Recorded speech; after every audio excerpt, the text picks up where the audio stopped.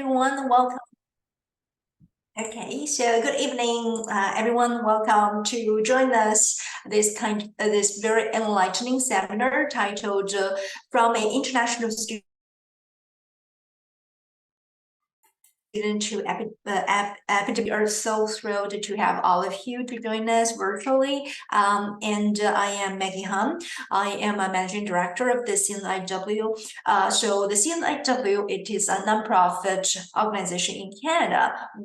Our objective is to promoting the new immigrants' well-being through the research, knowledge dissemination, and community service. And since last year, we have one more thing. We want to nurture more of the health-related or medicine future leaders. So we have a summer camp. It is a research-oriented summer camp.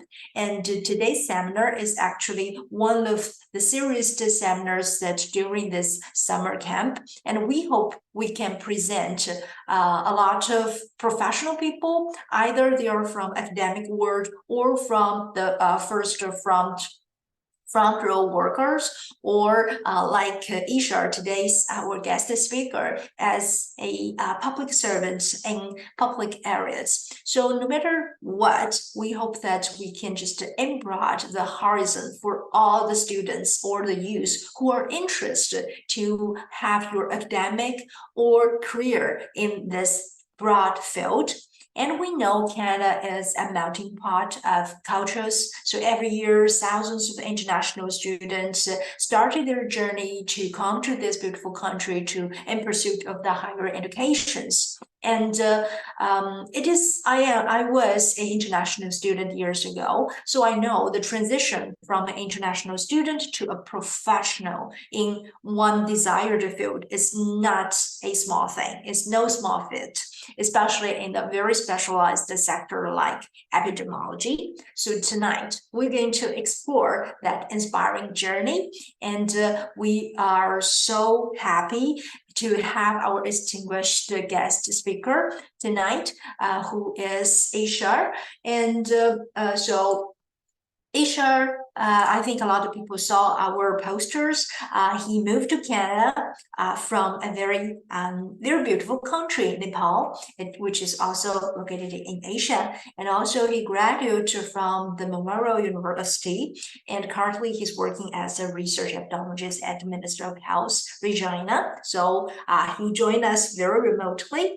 And I think right now he's also pursuing his doctorate degree in this field.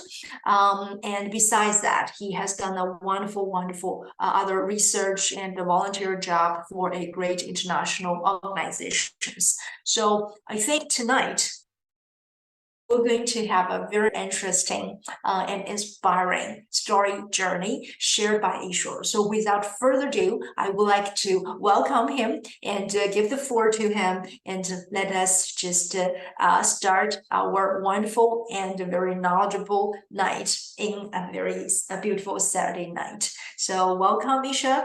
I will pass the host to you, and but we do have Q&A session. So if you have any questions during his presentation, you can leave your question in the chat box, and after the presentation, then we will open the floor for everyone. If you have question or just a comment, feel free. Please, we really would like to this kind of interactions between all the people who are interested with that, and I'm sure that Ishor will be more than happy to share his thought, his tips, his suggestions. Okay, so right now I'll give the microphone to Ishor. Hello, Ishor. Okay, yeah, can you hear me? Can you hear me? Yes, okay. Of course. Yeah, thank you so much for the wonderful introduction. I didn't know that that much about myself. I need to go back and think about like what I did in the past. So let me share my screen,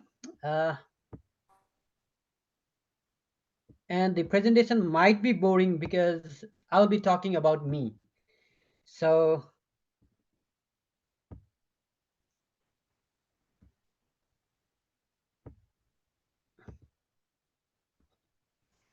are you good with my screen? Can you see it? Sorry, it's Yes. been a while. I have been It, using WaveX for a long time. It's been, Ministry, they don't use Zoom. So yeah, a lot of they use the team or other kind of thing. yeah. That's it. Works. Okay. So no worries. Yeah. Okay. So thank you so much for the wonderful introduction. So this is the presentation about me, my journey to an epidemiologist, coming as a new international student from, South Asian countries to a Western country with a, different language. So the journey that I've been through it. So this is the basis of like, that's the thing, I will be more focused on the presentation. So again, it might be boring because I will be talking about my life, what I have been through last 6 years. So I hope this could be like, some kind of a energy for some new immigrants, or new students coming here, or those who are here already in Canada and thinking about the career in the field of epidemiology. That could be something, that you can take from this presentation.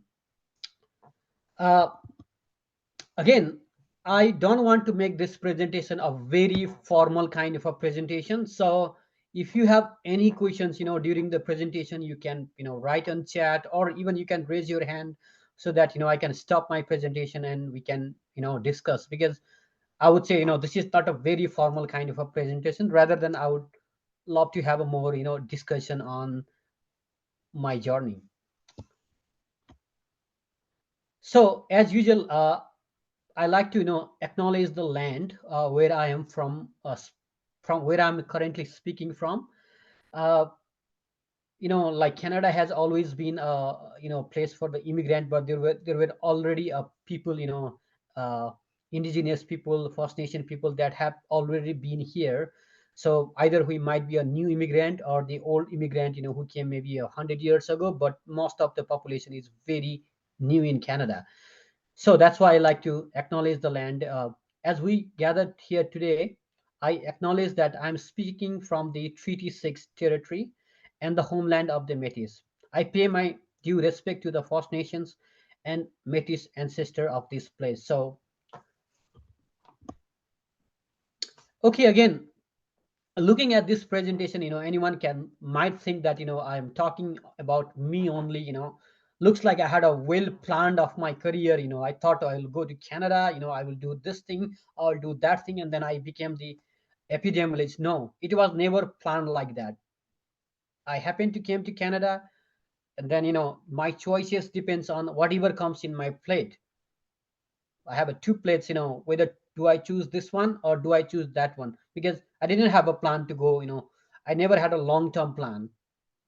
Whatever came to my plate, I decided whether to go with this plate or that plate. And then I landed up to this place here. So I'm not perfect, just I'm sharing my experiences. So I'll be talking more on my academic life, social life, and the career exploration during this period of, I would say, 4 years. So that's the world map. I don't know how many of you know about Nepal, but I come from somewhere, a little country here, sandwiched between two big giants, China in the north side and the India in the rest of the side. This is a small landlocked country. And I come from a city called Pokhara. So you could see this like, whole white. They are like Himalayan ranges. So these are to us like Tibetan plateau, and it's a pretty beautiful lake is here. So I come from somewhere here. It's a beautiful valley. As everyone had, their dream to come to Canada, I moved to Canada. And again, I moved to a Canada in such a place which is the one of the eastern province in Canada, which is Newfoundland and Labrador. I came to know that, the Titanic sank just next to here, like, pretty near from here. So, and I did my journey in 2015. So that's the first time I landed in Canada. I know like everyone might have like, some experiences of, first day in Canada, but for me, the first experience was a smell.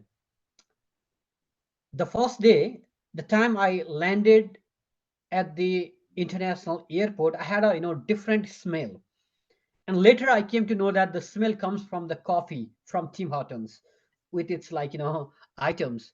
So every time I go to Tim Hortons, I have that nostalgic feeling the first day I landed in Canada. But immediately the day I came to Canada, things starts to, because, hunt for me, finding apartment as a new student, knows nothing about the place, very different, compared to my place. The finding apartment was a big challenge for me. It was costly, though I had a good funding from the university for a graduate student, but still with all those funding, it was hard to maintain, one bedroom apartment, your fooding and all those things. So yeah, it was costly for me in the beginning. And also the first day, when I go to shopping for grocery, I was converting, every time dollar and my own currency, rupee. I say, okay, if I go to a Tim Hortons and buy a cup of tea that costs $1, how much it will cost, in my country? Okay, $1 of a coffee would cost 100 rupees. Means I can get, instead of one coffee here, back home, I can get 10 coffees. So I was kind of a, hello, can you hear me? Sorry, I can see some, hello, am I clear? Yes. Very clear. Oh, okay. Yeah, thanks. So I was kind of converting every time, my dollar with the rupee, and then kind of saving money and all those things. And also used to find some kind of awkward because in St. John's, Newfoundland, in a winter time, I was the only one walking on the street, and I feel like people are looking at me because I can see only me on the road and the cars, on the roads only. So I was kind of awkward because I was the one only walking street. But the city was pretty beautiful, St. John's, Newfoundland. The first time I saw, ocean, very deep blue color, clear sky, a plain land, very few people, around you, not that big chaos, very few traffic, low traffic, noise. Those things kind of, it was way different than my hometown. And that's the department I joined. It's the School of Medicine. There I did my master's in community health, and it's a pretty new building, very spacious building. So I really enjoy each and every corners of this building. And still, the Canadian winter very harsh compared to back home. uh, I had to walk, to reach to my college. Winter time, really tough. Food, in the beginning, especially fruits and vegetables. Like back home, I had so many varieties, and I see only one item of banana, only one type. Back home, I had we used to have multiple types of bananas. Very few kind of a mangoes. Those things I really missed. Still, I do miss. And also fruit, vegetables, very limited. Despite I used to go to Asian market and all those block, but still I used to miss vegetables and the fruits. I still do. Missing family, relatives, colleagues, and language. I think for all the international student to come into Canada, we have to go through the English language proficiency test, which I also did. But when I came to Canada, when I was staying in the class, professor teaching, I used to get only half of understand what, only half of the thing what professors is saying. But the teaching materials, what I used to get from the professor, that became really handy for me. So all these limitations, all this struggle was a part of life, in the beginning part of a career. But now I kind of enjoy the same environment. But I had a determination for success, that I want to do something in Canada because I came for a good life here. So for that one, I have to make a new friends. I have to make a new mentors for me, and keep on looking for the opportunities. Where do I get best for me? And then I started my MSc program at the Memorial University. And then I was kind of looking for the opportunities every time.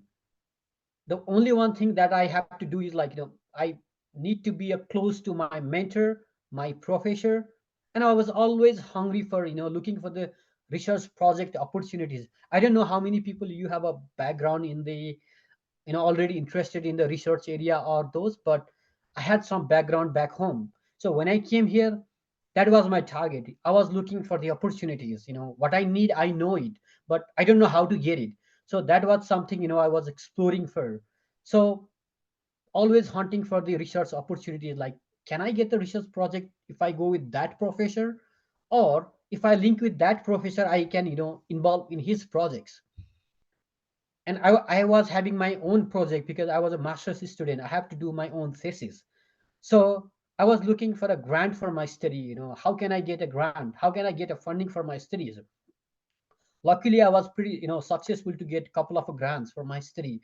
In fact, the laptop that I'm talking now, it's also the fund, that I received in the Memorial University.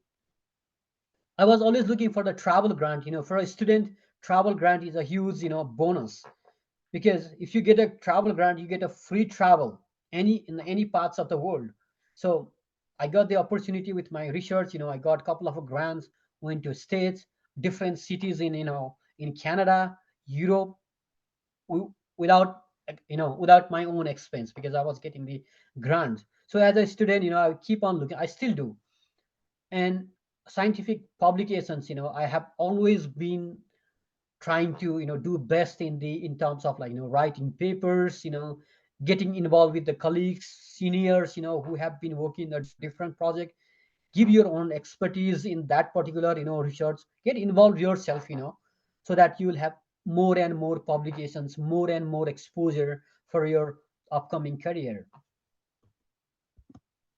And of course, getting a good grade in the university also is a big, that is must, I would say, because if you want to go for the further studies, even grade does matter. And I was looking at my old pictures, and I found this picture pretty interesting. Like, I think this was a part of a team building. I don't know how many guys the guy staying here, he is the current, like, president of this particular foundation, Peter Wang. So he was my supervisor at the Memorial University of Newfoundland, and these were my colleagues. We worked in a couple of research projects together. And yeah, we were making dumplings here. And I remember we played poker for almost like whole night that day.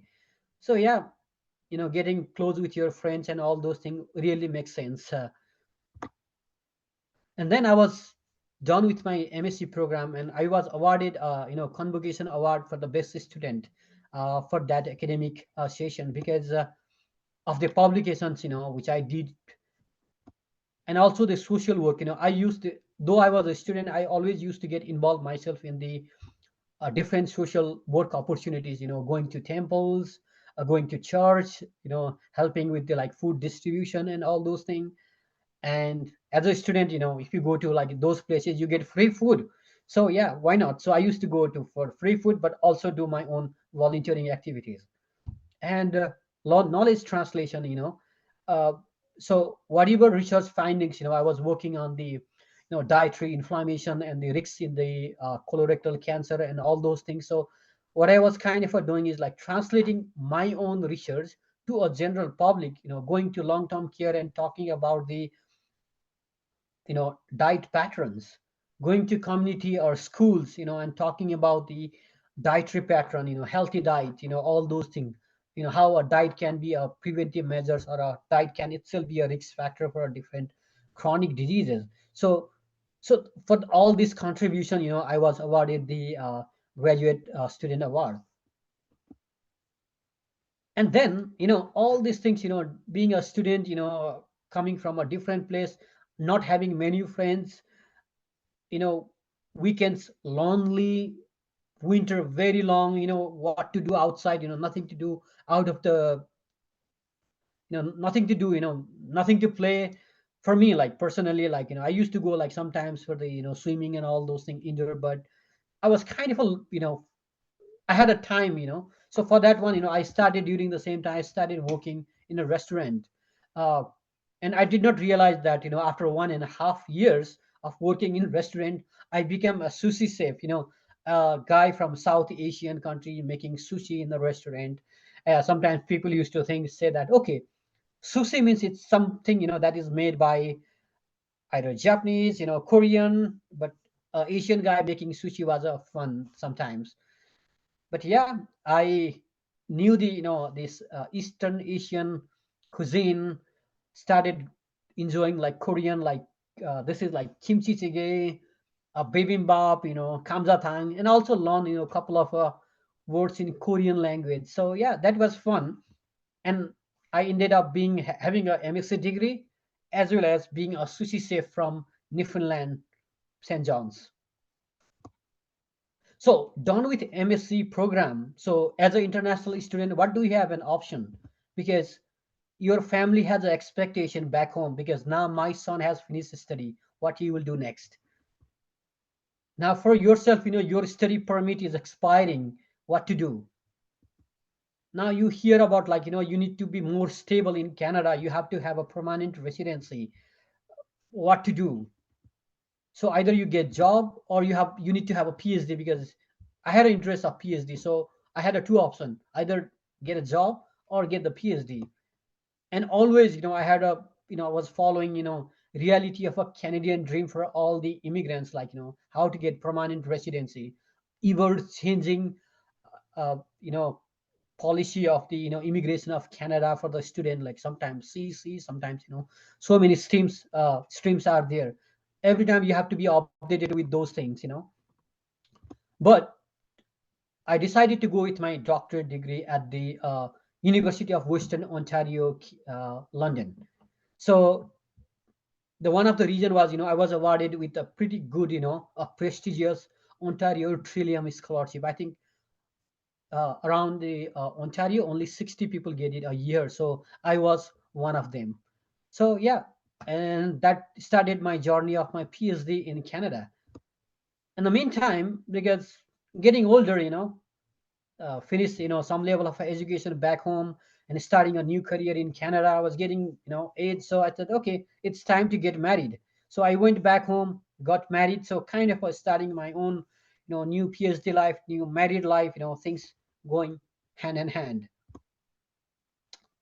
And being a PhD student, sometimes it's too monotonous. What people think, what you do, what your parents think. I find this pretty interesting, because I see, what exactly I do is, most of the time I sit in the computer, I do lots of coding, so playing with the codes and all those things. So yeah, that was the part of a PhD, but it was getting monotonous. So being a PhD student, sometimes what do you think that, okay, your friends, they have already started working on the field, they already have a good job. Wish I had started, instead of going for PhD, I should have, gone with the job. So those things keep on, haunting your mind. So just to make yourself busy, I started uh, working with some consultant, like, Canadian Red Cross, because as a student, as an international student, you cannot work more than 20 hours. So that limits your, capacity to look for the job. So I was looking for some consultant position, some, research assistant, teaching assistant, so which I was getting, in. So this all thing was possible because getting in contact with a professor, your friends, exploration on your own. So I was, making myself busy during my PhD time, working part-time, also studying full-time. So the meantime, I got my permanent residency while pursuing a PhD. So immediately, once I got permanent residency, immediately I started looking for a full-time job and continue with my part-time PhD. So as soon as I got my permanent residency, I got the job at the ministry, because now I can work full-time. So I immediately got the job here. And then I converted my PhD to part-time, so that I say, okay, let me continue PhD my part-time. Let me work with the ministry, because I will get, more familiar with the system here. If I have to stay here, I need to know more about here. So yeah, and then what I do as a epidemiologist. So I started my full-time job as the epidemiologist in Saskatchewan, Regina. So what I do as an epidemiologist that, for example, like vital stats updates. For example, somebody asking like, how many deaths in Saskatchewan in 2022.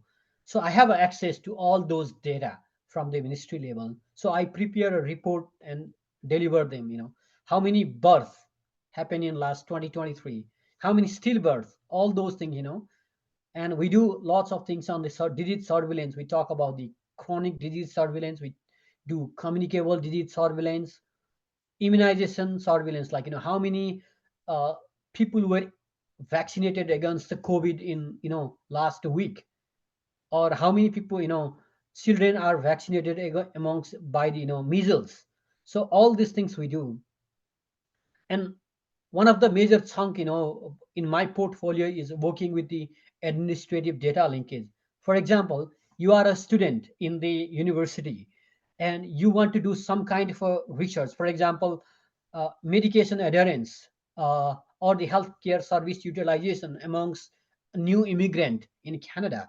So what I can do is like, is that, you write a proposal to us. So we provide you that particular data, especially from the administrative sector. For example, everyone has the health card number. So based on the health card number, I can track down the individual's health service utilization. So we look all those things, and we provide data to the researcher from university, for professors, for students, or also for private research institutes. But all those data are like, very de-identified. You cannot track down the people. So we make sure those things. And also we write like briefing notes. We provide media requests. For example, health minister wants to give some speech regarding the COVID interventions. So we are the one to write a report, writing a brief notes, writing the uh, briefing notes for the minister. So that's what we do. And you could see like some of the graphs that we do regularly. We do like bi-weekly this thing. So this is from the community respiratory surveillance program. What we do is like, how the influenza virus is like, every week it's fluctuating, how COVID is fluctuating, what is the test positivity. And so this figure, other figure, it shows the, effectiveness of the booster dose in COVID for the ICU admission or the death. So this kind of, information that we work on in the ministry with our team. And we have a pretty big team, I would say. I would say not big in the Toronto, like in Toronto, but here around like 30 to 40 people of, we work on this kind of a thing. And everyone has their own sector. Somebody works in the vital stats, somebody works in the epidemiology surveillance and all those things. So as an epidemiologist, we have to be in almost in all sectors. So apart from my own like full-time job, since I'm still with the university as a part-time PhD, so I keep on working with my research projects, publishing the papers. So these are like a couple of papers I have been, published during my PhD. So it's, ongoing. So overall, like what I want to say is like, during my whole like career perspective, when I came to Canada, I have always been searching things, searching for the opportunities, searching for the place, where I can go, what I can do to have a, best life for me here. And then yeah, and again I blessed with a little cute girl. So 4 months ago she turned, like yesterday she turned 4 months. So yeah, that's all about my uh, journey, for from an international student to a epidemiologist here in Canada. So I'm very open to discussion. If you have anything, feel free to ask. And that's all from my presentation.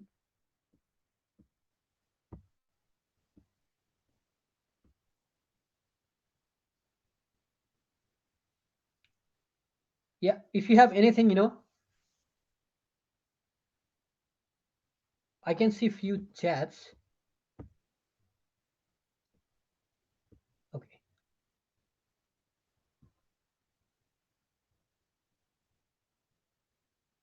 Hello. Hello, this is Helen. I have a question for you. I typing is a bit of a trouble for me. So one question is that what is the biggest challenge, for you when you, kind of facing the career choices? I know that you mentioned during your talk that you keep your mind open, whichever come first, you will evaluate these opportunities and do a decision. Then my question is with regard to the decision-making process that what's the toughest factors that you have to evaluate before you make a decision on your career move? Yeah, thank you. That's a wonderful question. So I would say the challenge is that I would say I had multiple challenges. Every time you have two plates to make a decision, do you want to go with your job? Do you want to go with your PhD? It's a tough decision. Or I was staying in the London, Ontario. My wife was having a decent job there, and I made a decision to move to Regina, which is like very small city. People used to say, "Oh, you're going to Regina, such a cold place." So every time I had to think twice, what am I doing? So every time when I make the decision, there were like certain things that made me to decide something. So for my PhD and the job, I'm just giving an example. For my PhD and the job, I was looking for the job, and as an international student, you have a limited time, because if your study permit expires, you have to go to work permit. And if you don't get a job during your work permit, I mean, you have to go back. So I was doing both, applying for the PhD, applying for my job. I got an offer for the PhD before my job. So I said, okay, that's the safest position for me. And again, the PhD was pretty good. So, good university, good funding. So I said, okay, let me go with the PhD for now. So that makes my, career choice. When I came to Regina, I thought now, because now I'm having a baby, I'm having the, uh, it's been like already 6 years in I'm here in Canada. I need to be stable somewhere. I cannot always be, working in the part-time consultant job here and there. And the market in Toronto, London, it's so expensive. I need a house because I'm having a child. So how do I decide? I cannot afford $1 million house in now in Toronto. So for me, the best decision was, why not? If I go to Regina with that salary, I can immediately buy a house, a good house. I mean, the house that costs more than $1 million, we can get in like 500,000 here in Regina. So yeah, let's go Regina. So I came Regina, immediately bought a house. So I'm satisfied for now. Let's see, after 5 years, priority might change. I may want to go to Vancouver or in a good weather place. So yeah, I mean, for me, things are changing. I don't have any long-term plan. Whatever comes in my plate, I decide that way. But the main thing is, like, I always had a determination that I will work on epidemiology, because back home I was an epidemiologist. Here I am epidemiologist, so that I never left the track. I had an option to get my permanent residency back in Newfoundland when I was working in the restaurant, because restaurant was offering for me, okay, if you work here for a year, you get your permanent residency. But I said no, because I want to do on my own field. If I stay stuck in the restaurant, maybe I'll own the restaurant. That's all my life, which I don't want. So yeah, with my determination, one thing I had on my mind, but going to that particular destination, I can move here and there, but I have a fixed destination. Well, thank you very much thank you very much for the answer. So if I summarize it, that when you make your career move or next big move, the family is a big factor. and the stability is a big factor, and also keep your profession is a big factor, right? Perfectly summarized. Thank you so much for No short and sweet problem. summary. Thank you, thank you. Okay, I will hand over the microphone back to our MC, Dr. Han.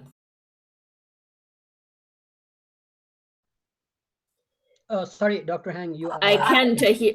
Yeah, Yeah. no, it's okay, sorry. Yeah, you have to unmute yourself on myself first. So thank you so much I personally get very inspired and echoed with a lot of things when I first came to Canada, when I ordered the first teapot and to compare the exchange rate, things like that did remind me years ago. And I think that you have done an excellent job. You find your professional work here and you get your career path making ladders to great better improve yourself and then heading to a bright future. It seems like very inspiring for us, especially for the new young international student who come here, who felt that they maybe during some kind of the dark period or a little bit lost, but things like that, the people we have all go through that part. So maybe after we have conquered that one really dark period, then the bright picture will come up. So thank you so much for your sharing. And in the chat box, I have just to present a few questions from our own summer camp students. So is that possible that you can answer from that first? Yeah, sure. So I can see the first question, where there is specific resources or support networks you utilize during your job search. Okay, yeah. So yeah, thank you so much for that question. So I would say the main thing that helped for me to get in touch with my own career is the professors, uh, mentors, because again I will just give an example. So the consultant job, being a part-time, being a PhD student at the university and international student, I need something. So the Red Cross job that I got from as a consultant, I'm still doing that job, despite I'm working as a full-time. I mean, Red Cross provides pretty good amount so per hour. So I said, why not to work with the Red Cross? So the thing is, like, when I was working with the professors, he asked me, Ishor, since you are, from like South Asian country, you do have those experience. I have some project, somebody is interested for me to do, but I didn't have time to do that project. Can you help me with that one? So I said, yes, why not? So I took that project as a Canadian Red Cross. So it's from my professor. Second projects, like I was working as a teaching assistant with the professor there, and he said, sure, we want to do something, in Pakistan. Uh, can you help with your expertise on, like, because I work with the GIS modeling. So can you help us with the GIS modeling? I said, yes, why not? So, and I started working with the Pakistan projects, and now I got in contact with the, some other projects. So it's keep on, like, one thing is giving me opportunity for two things, and two things is giving me opportunities for the four things. So now I'm in that label that I cannot go more than four things now. So I'm kind of sticking with all those couple of projects and having on its own. So I would say one thing is getting very close with your mentors. Other thing is keep on applying, whatever you find in the Indeed, whatever you find in the and also in LinkedIn, because if you go to LinkedIn, you find your friends working in the particular areas, and then, okay, let's see where my friends working on, look at the company's profile, and then start applying. Sometimes just apply. If you don't have energy, also just apply, because everyone is applying. Sometimes if the particular job is very much related to you, take more time, develop your CV more carefully, put as much as what the job specification is asking, put more effort on those things that is really matching to you. or something that really do not match, maybe 20% only match, just do like little bit here and there, just submit it. Sometimes, who knows, they will call you. So yeah, those things I really do like, and also like talking with your friends, like friends already working in the field. So recently, I called one of my friend in my own department, because I said, he was used to contact me that, do you have position? I said, we have a position, it's just we cannot recommend to you, but I can say you apply. And because I cannot say that, working in the ministry, I say, okay, my friend is coming, can you call him? No, I cannot say, but I can say there is a vacancy. And I can even say that, oh, there is a vacancy, but don't apply because internal candidate is already there. So Yeah. sometimes those things happens very frequently. There is a vacancy, but there is already an internal candidate. There is no meaning of applying from out. You can still apply. If you are a well qualified candidate, you may get it, but very less chance. Yeah.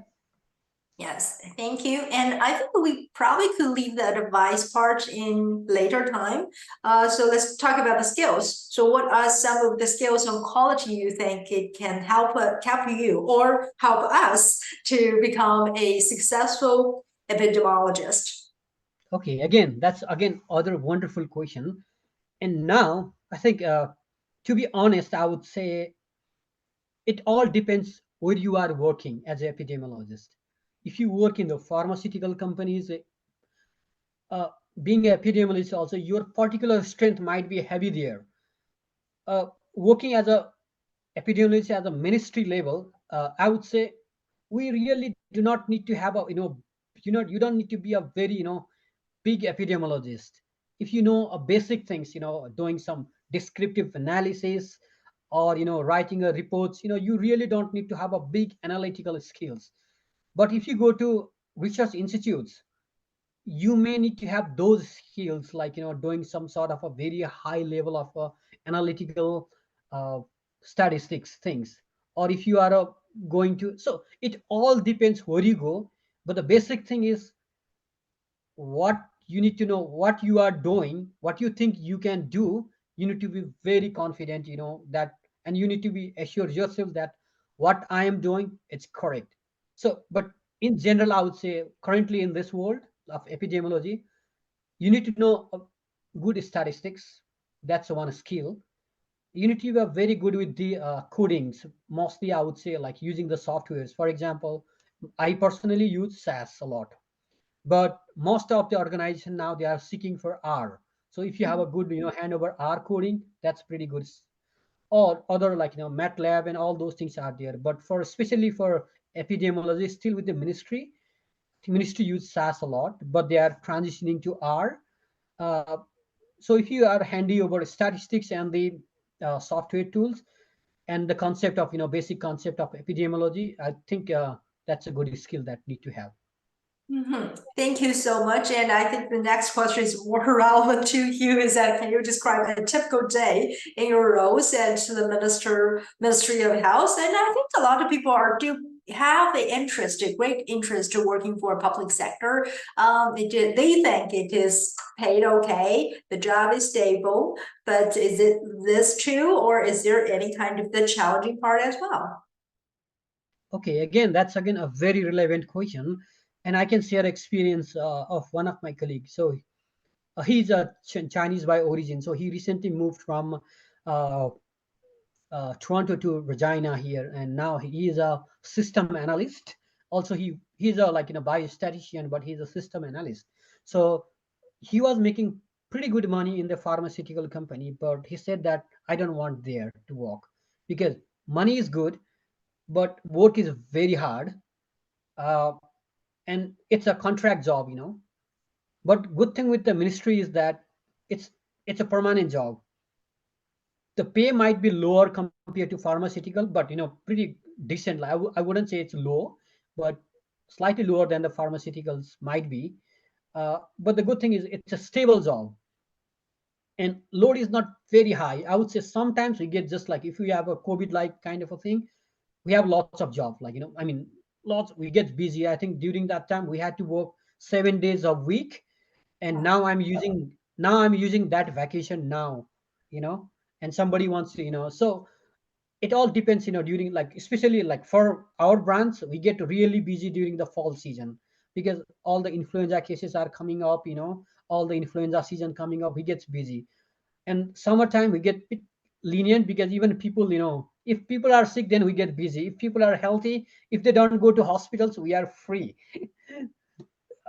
So I would say I would prefer uh, it all depends in which area you are in. If you are when I see my professors, oh, they are busy 24 hours, 24/7, they are busy because whenever I reply, he will reply immediately next day, whether he is in a vacation or anything. Being a public employee, once it's 5 o'clock done, we are done. So yeah, I would say yeah, it all depends where you want to work. Yeah. Yes, I think maybe different people would define their dream job differently. I think more importantly that you do have a passion, you have an interest in working in that. Otherwise, even though it probably would pay a lot, well, it is bored. Yeah, you will probably get bored in one day or in another way. So no, I think at the end of the day, no job is perfectly pays well and no pressures, right? So it just maybe the job can make you feel satisfying, rewarding, and you can learn things from that, become a better yourself. That is a good job, right? Okay, so next. I would say sorry, I would say job is pretty good, working in a ministry. The thing is the reports that you make really make sense a lot because you are working with the first hand data. People ask the data from you, clean the data, you provide those data. So I would say job is, I enjoy my job here. Just something that I would say don't enjoy, or because being a PhD student, being master student, you have done so much of education, doing some sort of complicated disease modeling and all those things.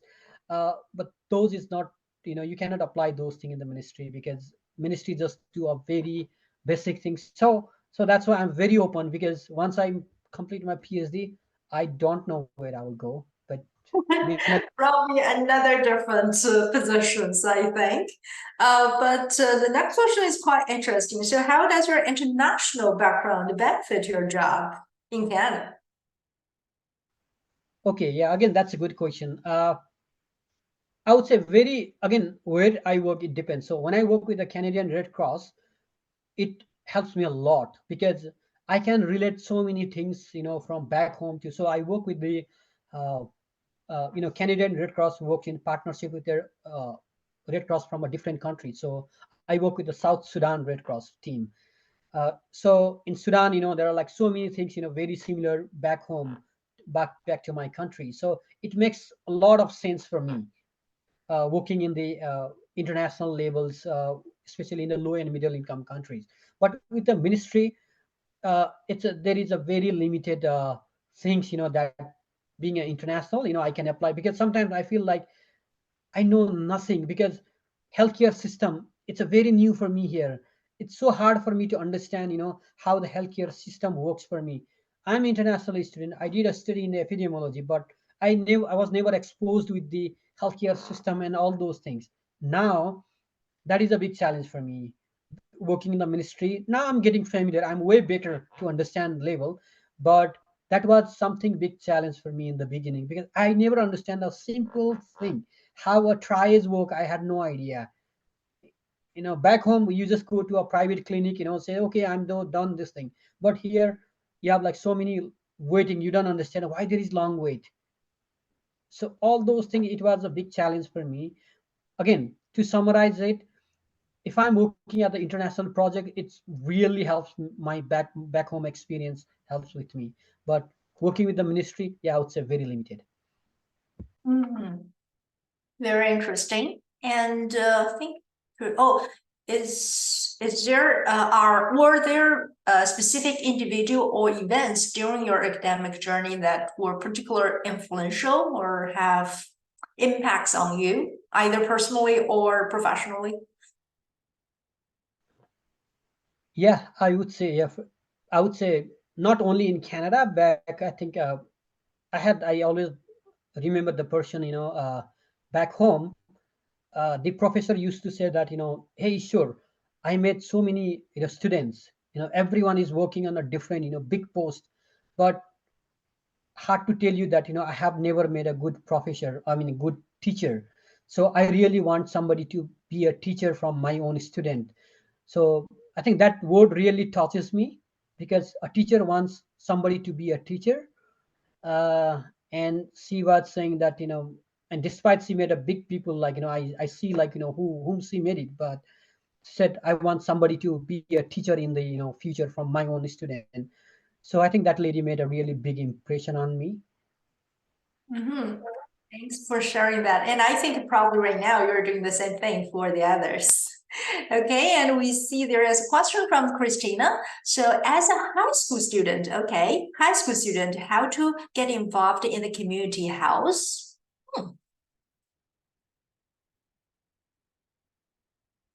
Okay, sorry again. Now I have seen, like, a couple of high school students coming to my house, asking for the do you have, like, milk container and all those things. And I asked that lady, what do you do? And she said that, I collect the milk container from all the houses. So I know the lady stays next to my house, but she collects, the things from around the house. And she said, I make some money, I go sell those things, and I take that money to a Salvation Homes, or I buy food stuff and I donate to the community fooding center.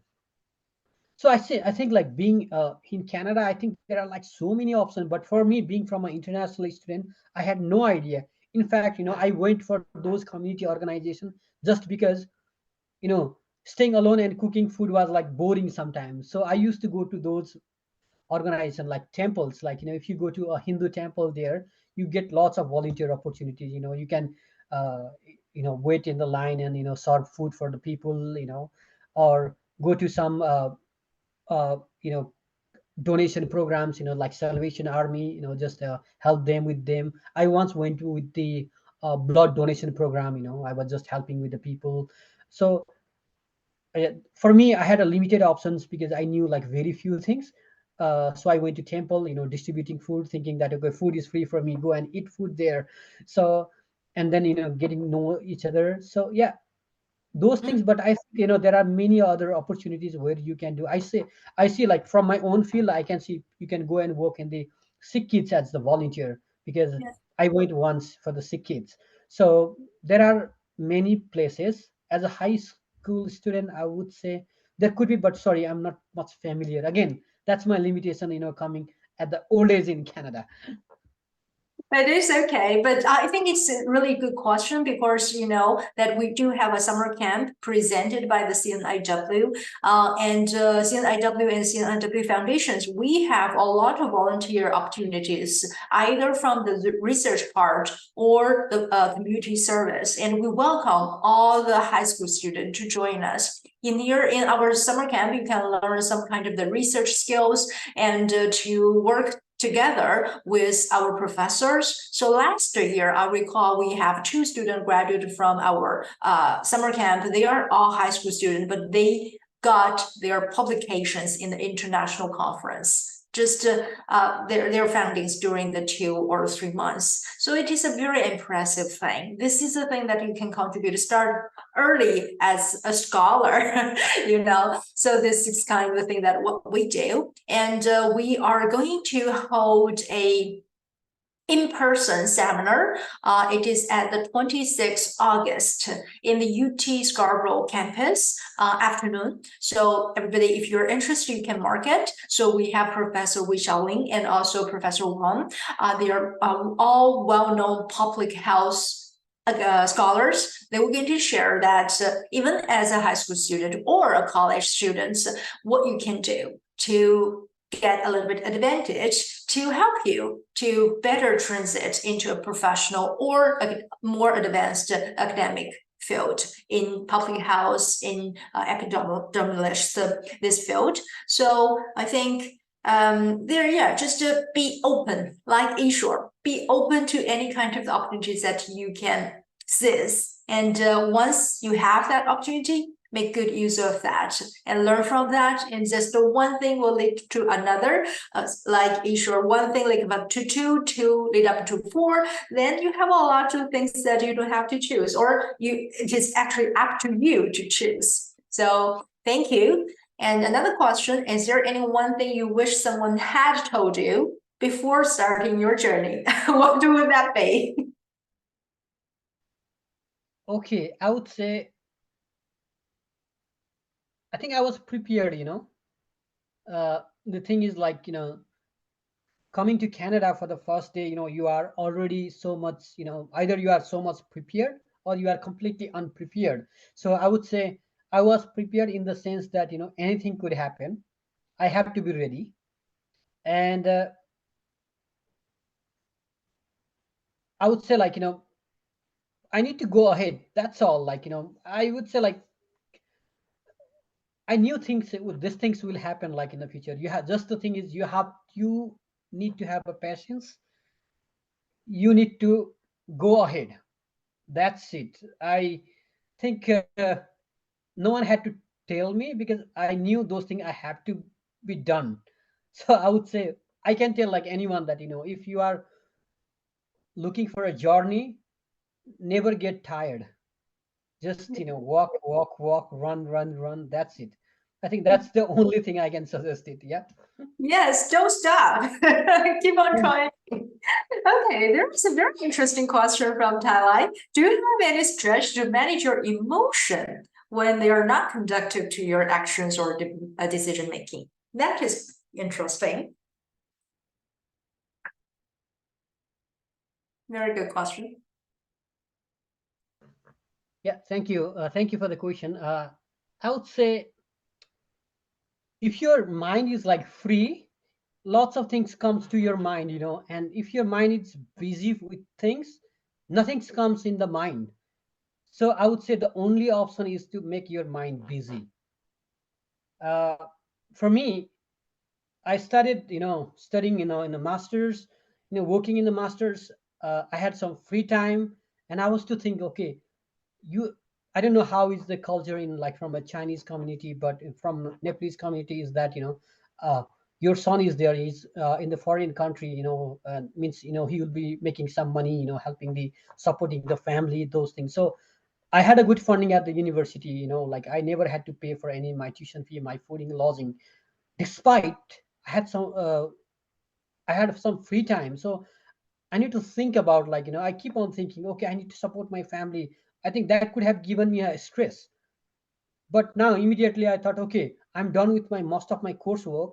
Now I'm free. I have a spare time. Why not to go and start working? So I started working in the restaurant. I was busy. Sometimes I had to work 16 hours in the weekend. I mean, there was no time for me to think about the stress because I was busy and I was tired like a dead horse, and then just go and sleep. My 24 hours gone, and next day I have assignment to do it. I have to finish assignment anyhow, do it, and then okay, after hour I have to go to to restaurant to work. So I would say I was so busy that I did not have time to for the stress. I mean, I might have a physical stress. I did have sometimes. I remember I was with a long standing for 16 hours. My leg used to be cramped. At sleeping time. Those things were there, but I never had a mental stress. Yeah, I would say. I think I would suggest everyone speak with your friends, talk, make your mind busy every time. Get busy with something. Whatever. Just busy, play games or anything. Just don't make your mind idle. I remember one guy, he was my room partner. He was a bit elder guy. He came from India, and he said that, sure, sometimes I just look at the window outside and stare at the street because I have nothing to do. So don't be in that stage. Yeah. Yes, so don't leave the space for the bad emotion. I think that is what Ishor told us. And the next time, if I went to any kind of the sushi bar, I won't interest the sushi chef. Of course, he might have a PhD and works in the job that I envied. Yeah, and in fact, I should say that one too, because I was working as a sushi chef. I was making sushi, and a guy asked me, what do you do apart from this one? I said, that time I was a master's student, and and I'm a master's student. Okay, what do Yes. you do? I do like epidemiology, and in fact, that guy was a KPMG director, so he was a big person. He looked at my paper and I said, okay, and I think he gave me $100 tips for that one. So Nice. Yes, I think, yeah, I think that's just, a lot of the working skills that it is actually interactive. So when you do a job interview, I think as someone who has worked in the customer service, that you know how to communicate with people, you know how the team works. So this is things that you probably not have much of the opportunity to learn as a student, especially as an international student. But be open to all the kind of the things that you could say, and anything I think could benefit somehow in your future life. Maybe you didn't experience right now, but later in the run, when you look back, you say, "Oh, that things happened," and that kind of the skills doesn't build in one day. It is just to build a lot of practice, a lot of experience that you have had. But one day you will appreciate what you have done when you were young. That is sure. what I thought too. Yeah, that's a clear message that you're giving. I think if I was back in my country, I wouldn't have worked as a restaurant chef or anything. But coming to Canada, I had to do those things. So, and it's open society, you can do anything here. No one is going to talk on your back saying that, okay, you did this thing, you did this thing. So yeah. Okay, so people are interested about your future, even though you said you just did be open and you don't plan in the long run, but they are asking what are your future aspirations, both professionally and personally. Okay, yeah. Personally, I might have something, maybe I dream those personally things, uh, with the open eyes. In the future, I might go to back home. I have my own small farm. Having little pond for fish, having a couple of big dogs. Having my own cattle. I think that's one day. That's my dream, but I don't know how good are the dreams that you dream with your open eyes. But my professionally, I think one day I want to be a professor. Mm-hmm. That's a professional dream. So working with the health system, I'm getting a much more exposure with the Canadian healthcare system and all those things, and having I think once I finish my PhD, I will start trying for my professor position. Okay, go for it. And let us know when you get it. Okay, so how do you deal with the challenges or setbacks in your professional life? Did you ever have?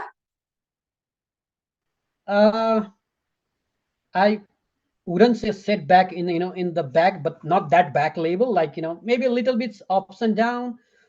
I can share my experience again. Working with the Red Cross, like sometimes what happens is that you are working for them for their project. You are like somewhere you are evaluating their projects in the African countries. As a epidemiologist, sometimes you are not satisfied on what they do. They want you to do something different which you don't want. For example, like they are assessing an impact of certain intervention, and their intervention, from your statistical analysis, it's not, there is no effectiveness. But as a funding agency, they don't want to show that it's not effectiveness, they want to show that it's effectiveness. And they will tell you that, okay, can you change your analysis pattern, can you change the definition of anything, so that you see that, so that your project is effective. uh, Sometimes you don't agree, and you feel that the your manager is a bit rude to you. She or he don't want you to work with you. I mean, those things happens, like they don't enjoy with you, like they think, because I don't agree, because I don't want to change the strategy, because that's what I was taught. That's what the ethics of me, that do statistics, you don't hunt for a p-value, that's what we talk, don't hunt for significance things. So what has come, if they want you to change the protocol, I mean, after doing a study, don't change the protocol. But if they want, I always make a big note, send email, CC everyone on the team, so that I'm not in a problem in the future. And sometimes your manager get upset with those things, saying that you shouldn't have CC'd those things to these people. I said, okay, yeah, I do, but I don't want to be trouble in myself that a student from a Western university did this kind of analysis.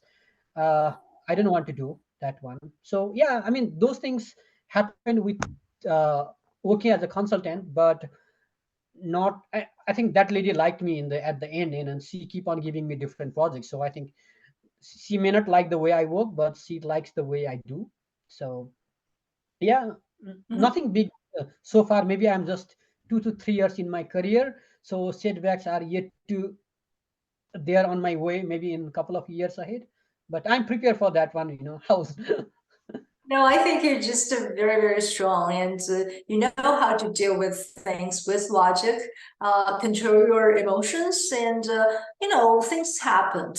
Not everything can go exactly as we planned or as we thought, but the more important thing is that we figure a way to deal with that, either by ourselves or refer or looking for help from our team, from the people who could capable to help us. And I think that is more important, just especially when you really, really stuck in the setbacks or challenges. If you really cannot do it by yourself or overcome by yourself, reach out. Especially in Canada, I think most of people, a lot of people, at least to me, when I really sincerely ask for help, and people do help. But the most difficult part is that I lock myself in the dark circle, in that if I'm not stand out of that part, no one could help.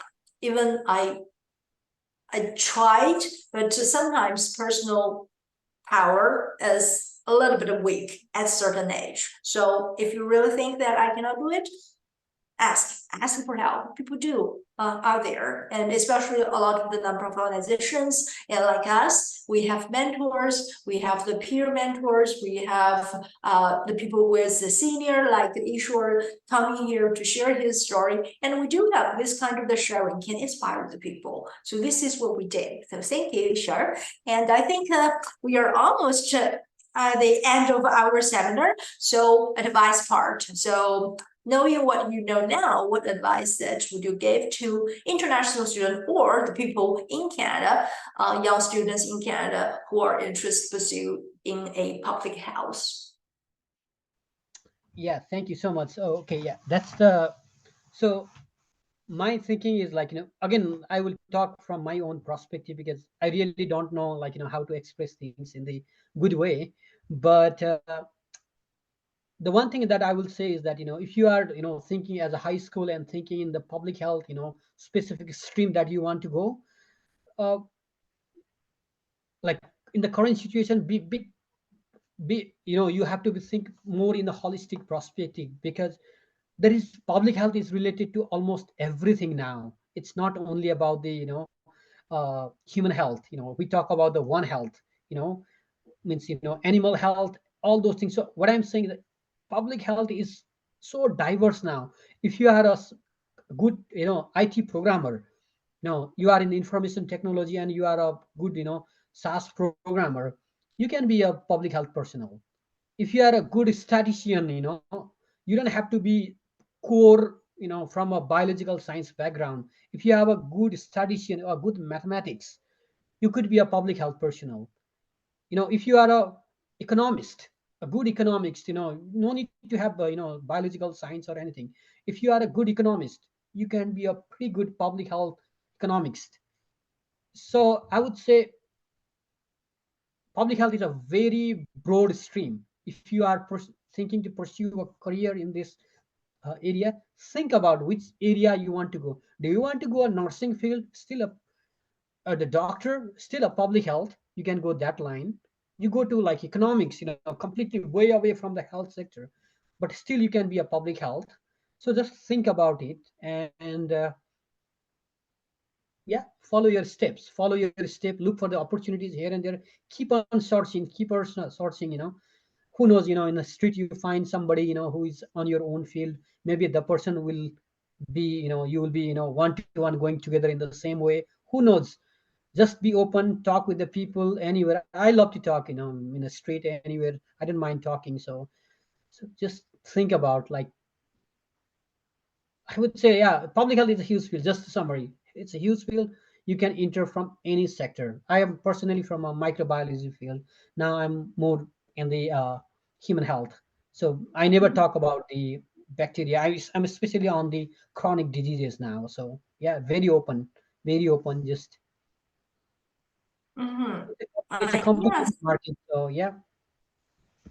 it is really, really such a very inspirational sharing that you have brought us today to us. And on behalf of the CNIW, we would like to express our profound gratitude to you to share your journey, your knowledge with us. And I think the way you have detailed your journey from international student facing a lot of the challenges in a new country, just to achieve the positions that you are at the Ministry of Health, and also your other personal achievements was very, very inspiring. And your story, I think, is not just a testimony to your dedication and perseverance, but also a beacon for hope, for motivations for a lot of the international students here, and who are probably they even want to come in here, and they would like to have a budding professions in this field as well. And also I would like to thank all the good questions the people sent to me, and we have learned a lot from the Q&A sessions, and we thank you for all your active participation, and that makes this seminar even a bigger success. So we hope everyone leave here tonight feel inspired and empowered by Ishor, and let's continue to celebrate the more achievement that we could have. So thank you so much for spending almost 1.5 hours with us in a beautiful summer Saturday night. And once again, we would like to extend our great gratitude to Ishor. Thank you so much for the wonderful sharing. Yeah, thank you so much. And if any one of you really want to communicate with me, understanding more on the process, all those things, opportunities at the ministry, since you are a high school student, there could be an option for the co-op programs there at the ministry. So yeah, just reach to me, from you, and you can share my email address to this wonderful young people. I can always be helpful. And thank you again, Dr. Wang. He invited me for this talk, so I really appreciate. And he's also one of my ideal person. Yeah, he supported me a lot. Yeah, he is a good mentor for a lot of us. And so everyone do remember CNIW, and we are a platform, and we hope we could create more and more the opportunities like this, and to open the youth horizon and also provide opportunities. So you can either join us for a volunteer or join our summer camp. Feel free. And Alan, can you share? Let me Google us. Okay, Peter. So this is our website. I will just share it in the chat box. So there is this is our official website, and we do have the WeChat public account. You can follow us. And then I think as I said, our next in-person event is the 26th August at the UT Scarborough. So feel free to come here if you want to apply for med school, if you want to pursue your academic or professional life in the public health. This is an event you don't have to, you shouldn't miss. And another great volunteer opportunities for the people is that we do have a CNIW charity fundraising golf tournament, which is in the on the first day of October. So if you are interested in golf, or you just purely want to learn things and contribute your great time and to working with a lot of the people with purpose in their life, and you probably will met 1 or 2 great mentors as well. So do follow us and stay tuned. We're going to share this more opportunities that we could have, and to with all the people if you have a great aspirations for yourself. So thank you so much for a wonderful night. Thank you, Ishor, and thank you, everyone. And if you have any questions, so we'll probably just have 1 or 2 minutes left, and you can either contact me or contact Helen. This how to join in the CNIW volunteer, then we could, or we do have a WeChat group, then we could invite you in. Okay.